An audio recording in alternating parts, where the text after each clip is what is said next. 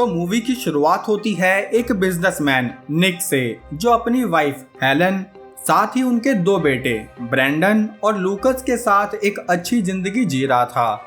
लेकिन इस अच्छी जिंदगी में बवाल तब आया जब एक दिन निक अपने बेटे ब्रैंडन का हॉकी मैच देखने पहुंचा, जहां उसे ब्रैंडन को काफी अच्छा खेलता हुआ देखकर काफी खुशी हुई कि चलो मेरी मेहनत कुछ तो रंग लाई। ब्रैंडन के मैच जीतने के बाद ये दोनों वापस घर आने लगे। तभी निक ने देखा कि उसकी गाड़ी में तेल खत्म हो गया है, इसलिए ये दोनों एक गैस स्टेशन पर पहुंचे, जहां निक गाड़ी में तेल डालने लगा और ब्रैंडन अपनी जीत पर रेड बुल लेने एक शॉप में चला गया। लेकिन तभी वहां एक गैंग आ गई, जिसने शॉप में घुसकर उन सब पर फायरिंग शुरू कर दी। अपने बेटे को खतरे में देख निक उसे बचाने अंदर जाता कि उससे पहले ही एक कार ने उसे टक्कर मार दी। यहाँ स्टोर में ब्रैंडन गैंगस्टर से काफी डर गया। तभी उनमें से एक गैंगस्टर ने अपने जूनियर गैंगस्टर से कहा कि अगर तुम्हें खुद को प्रूफ करके हमारी गैंग में आना है तो फिर तुम्हें इस लड़के को यहीं मारना होगा। जूनियर गैंगस्टर ने भी अपनी पूरी डेडिकेशन दिखाते हुए एक तेज धार वाले हथियार से ब्रैंडन का गला काट दिया। ब्रैंडन का काम निपटाकर ये लोग यहाँ से भाग निकले, लेकिन इतने में निक ने इनके एक साथी को पकड़कर उसका मास्क उतार दिया। पर वो उस गैंगस्टर का कुछ कर पाता कि उससे पहले ही वो गैंगस्टर निक पर हमला करके यहाँ से भाग गया। फिर निक ब्रैंडन के पास पहुंचा, जहां से वो जैसे तैसे ब्रैंडन को एक हॉस्पिटल में ले आया। लेकिन हॉस्पिटल में डॉक्टर उसके बेटे को नहीं बचा पाए, क्योंकि उसका पहले ही काफी खून बह चुका था। तभी यहाँ हेलन और लूकस आए, जो ये सुनकर टूट गए कि इनकी जिंदगी का एक इम्पोर्टेंट पर्सन अब नहीं रहा। निक खुद भी टूटने के बाद अपनी फैमिली को संभालने लगा। अगले दिन ब्रैंडन के अंतिम संस्कार के बाद हेलन ने निक से कहा कि तुम मुझे प्रॉमिस करो, जिसने भी हमारे बेटे का ये हाल किया है तुम उसे जेल में डालोगे। यहाँ लूकस भी अपने भाई को याद करते हुए रोने लगा कि क्यों भाई, तुम मुझे अकेले छोड़कर क्यों चले गए। अगले दिन पुलिस उन गैंगस्टर्स को पकड़ लाई जिनका उस रॉबरी में हाथ हो सकता था। तभी निक ने उस जूनियर गैंगस्टर जॉय को पहचान लिया, जिसने ब्रैंडन का गला काटा था। लेकिन इन्वेस्टिगेशन के दौरान उसे पता चला कि जॉय की उम्र काफी कम है, जिसके चलते उसे उम्र कैद तो नहीं हो पाएगी। साथ ही उसे ये भी पता चला कि वो चोरी और मर्डर्स सिर्फ इसलिए हुए थे ताकि गैंग के नए मेंबर्स को थोड़ी ट्रेनिंग दी जा सके। ये सुनकर निक को काफी गुस्सा आया कि मेरा बेटा सिर्फ किसी की ट्रेनिंग के चक्कर में मारा गया। इसलिए अगले दिन कोर्ट में निक सबसे बड़ा गवाह बना, तो उसने स्टेटमेंट देने से ही मना कर दिया, क्योंकि वो अंदर से जानता था कि इस जॉय को अंडर एज होने की वजह से उम्र कैद या फांसी की सजा नहीं मिलेगी। इसलिए उसने अभी के लिए जॉय को जाने दिया। जॉय के बाहर निकलते ही सारे गैंगस्टर उससे मिलने आ गए, क्योंकि जॉय इनके गैंगस्टर बॉस बिली का छोटा भाई था। निक भी ये सब देखते हुए इनका पीछा करने लगा, जहां उसने देखा कि बिली ने अपने भाई जॉय को शाबाशी देकर उसे मजे करने के लिए कह दिया है।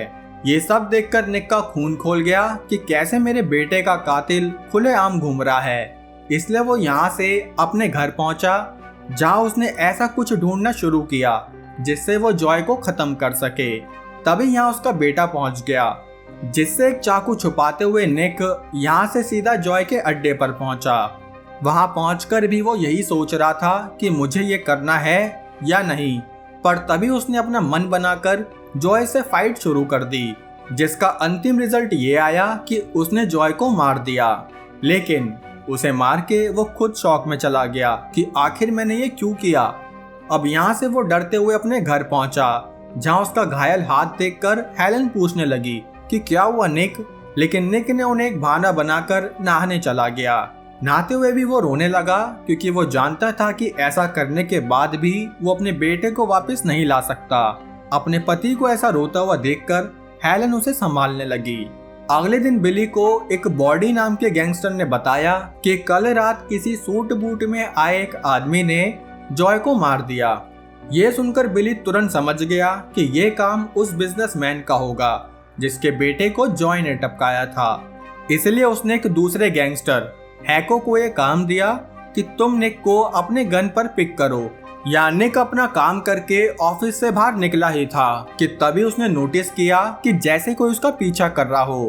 असल में ये हैको ही था जो निक का काम खत्म करने आया था, लेकिन उससे पहले ही निक ने अपने ब्रीफकेस से उसकी गन गिरवा दी, जिसके बाद वो अपनी जान बचाने के लिए यहाँ से भाग निकला। ये देखकर वो गैंगस्टर भी उसका पीछा करने लगे। भागते भागते ये एक पार्किंग एरिया में पहुंचे, जहां निक ने बड़ी चालाकी से सारी गाड़ियों के अलार्म बजा दिए ताकि वो इन गैंगस्टर्स का ध्यान भटका सके। अलार्म बजाते बजाते वो सबसे ऊपर वाले फ्लोर पर आया, जहां अचानक से एक गैंगस्टर भी पहुंच गया। तभी निक ने मौका देखकर उस गैंगस्टर पर हमला कर दिया ताकि वो यहाँ से अपनी गाड़ी लेकर भाग जाए, लेकिन वो गैंगस्टर भी उसी कार में घुसकर निक को मारने लगा। इनकी लड़ाई के बीच ही गाड़ी रिवर्स गियर में चली गई, जिससे कि ये दोनों नीचे गिरते, लेकिन निक पहले ही शीशा तोड़कर बाहर निकल गया। जिसके बाद वो अपनी गाड़ी लेकर बिली की आंखों के सामने से ही भाग निकला, लेकिन बिली को अभी भी अपने छोटे भाई का बदला लेना था, इसलिए उसने अपने एक और आदमी बॉडी को दूसरे पार्सल लेकर निक के ऑफिस में भेजा। निक ने भी जब डरते डरते वो पार्सल खोला तो उसमें उसे ये फोटो मिली, जिसमें बिली ने निक की फैमिली पर क्रॉस लगाया हुआ था। तभी उसे बिली की कॉल आई, जो बोला कि अब मैं तुम्हारी फैमिली को नहीं छोड़ूंगा। ये सुनकर निक जल्दी से यहाँ से भागने लगा। तभी उसने हेलन को फोन करके कहा कि कुछ भी हो जाए तुम घर से बाहर मत निकलना। जिसके बाद उसने पुलिस से भी पर्सनल सिक्योरिटी मांगी।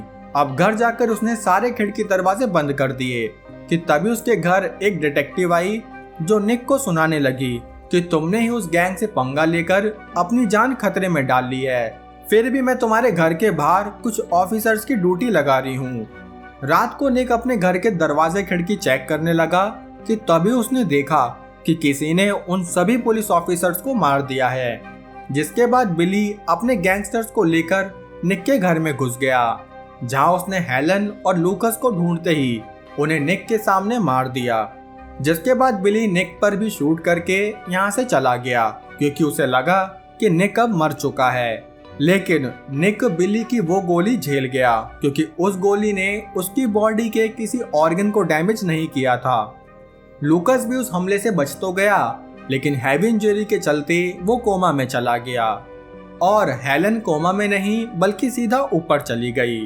अब इस सिचुएशन में जहां निक के पास खोने को कुछ भी नहीं था, तो उसने अपने डर पर जीत हासिल कर ली।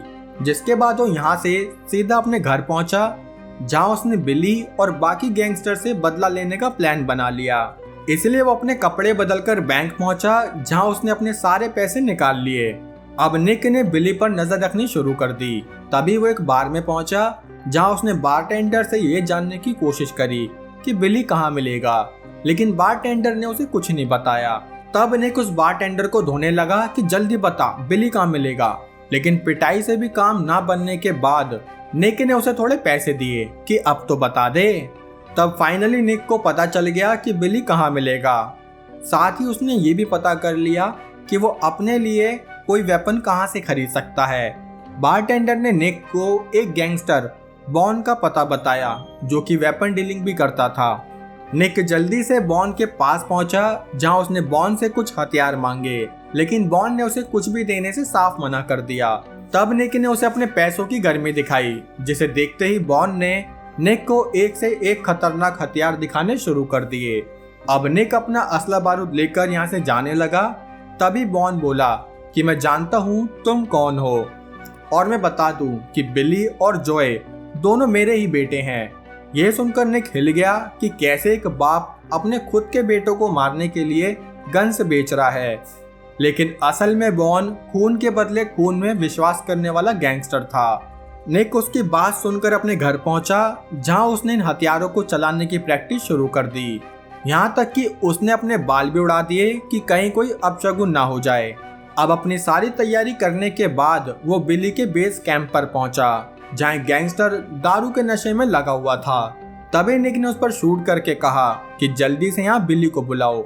उस गैंगस्टर ने बिली को फोन तो किया, लेकिन जैसे ही बिली ने हेलो बोला, निक ने उसे वहीं शूट कर दिया। इस फायरिंग की आवाज से बिली समझ गया कि निक अभी भी जिंदा है, इसलिए वो जल्दी से निक के पास जाने लगा। लेकिन तभी वहाँ बॉन पहुंचा, जो अपने बेटे बिली को समझाने लगा कि वहाँ मत जाओ, लेकिन बिली तो उल्टा बॉन को ही शूट करके यहाँ से चला गया। यहाँ निक बेस कैंप में एक एक करके सारे गैंगस्टर को मारने लगा, जिस बीच वो खुद भी काफी घायल हो चुका था। तभी यहाँ बिली पहुंचा, जिसने देखा कि निक उसके सारे गैंगस्टर्स का खेला कर चुका है। तभी निक और बिली के बीच भी फायरिंग होने लगी, जिसमें निक शांति से बेंच पर बैठ गया। तब बिली को लगा कि शायद निक की सारी गोलियां खत्म हो चुकी है, लेकिन तभी निक ने अपनी छुपाई हुई बंदूक निकालकर बिली को यहीं खत्म कर दिया। बिली का काम खत्म करके वो वापस अपने घर पहुंचा, जहां उसने टीवी पर अपनी फैमिली की रिकॉर्डिंग देखनी शुरू कर दी कि कैसे मेरा एक हंसता खेलता परिवार बिल्कुल टूट गया। तभी यहाँ डिटेक्टिव आई, जो बोली कि लूकस अब धीरे धीरे ठीक हो रहा है, लेकिन मुझे ये डर है कि वो भी कहीं एक गैंगस्टर न बन जाए, क्योंकि अब तुम जेल में जाने वाले हो। ये सुनकर निक सोचने लगा कि जो भी मैंने किया वो सही था या गलत। दोस्तों, आपको क्या लगता है, निक ने अपनी तरफ से जो भी किया वो सही था या कुछ गलत भी था? अब आ जाओ हमारे आज के शाउट आउट में, जहां एक भाई कह रहे हैं कि मेरा नाम डेविड है या कुछ और। तो भाई, मेरा नाम है साहिल गुप्ता टू बी स्पेसिफिक। वालिद भाई कह रहे हैं कि उन्हें मेरी वीडियो देखकर लगा कि एक्सप्लेनेशन नहीं रोस्टिंग चल रही है। तो भाई, रोस्टिंग के लिए जल्दी नया चैनल खुलेगा, टेंशन मत लो। लास्ट वीडियो देखकर रोहित भाई की फट गई, तो सॉरी ब्रो, अब से ऐसी वीडियो और डालूंगा। और प्रफुल्ल भाई को मेरे मुंह से लौरा सुनकर अलग ही फील आती है। तो भाई, वो लौरा नाम है, तुम दूसरा लौरा वाला वो मत फील किया करो यार। अब कहानी अच्छी लगी हो तो लाइक कमेंट करके जरूर बताना। साथ ही चैनल पर नए हो तो सब्सक्राइब कर लेना। बाकी हम मिलेंगे हमारी अगली वीडियो में, तब तक के लिए जय हिंद।